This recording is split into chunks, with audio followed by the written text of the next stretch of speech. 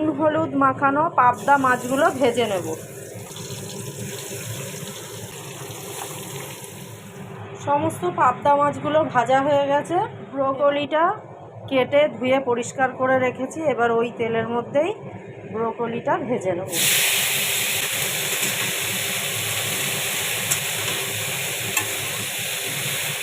তেজপাতা, শুকনো লঙ্কা, জিরে আর গোটা গরম মশলা ফোড়নে দিয়ে দিচ্ছি। টুকরো করে কেটে নেওয়া আলু দিয়ে দিচ্ছি। পেঁয়াজ দিলাম, টমেটো দিলাম,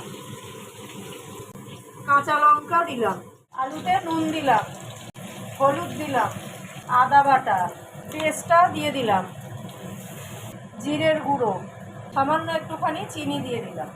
কষে নিয়েছি। এবার ভেজে রাখা ব্রোকলি দিয়ে দিলাম। 2 মিনিট ব্রোকলিটাকেও কষে নেব। কষা হয়ে গেছে, গরম জল দিয়ে দিচ্ছি।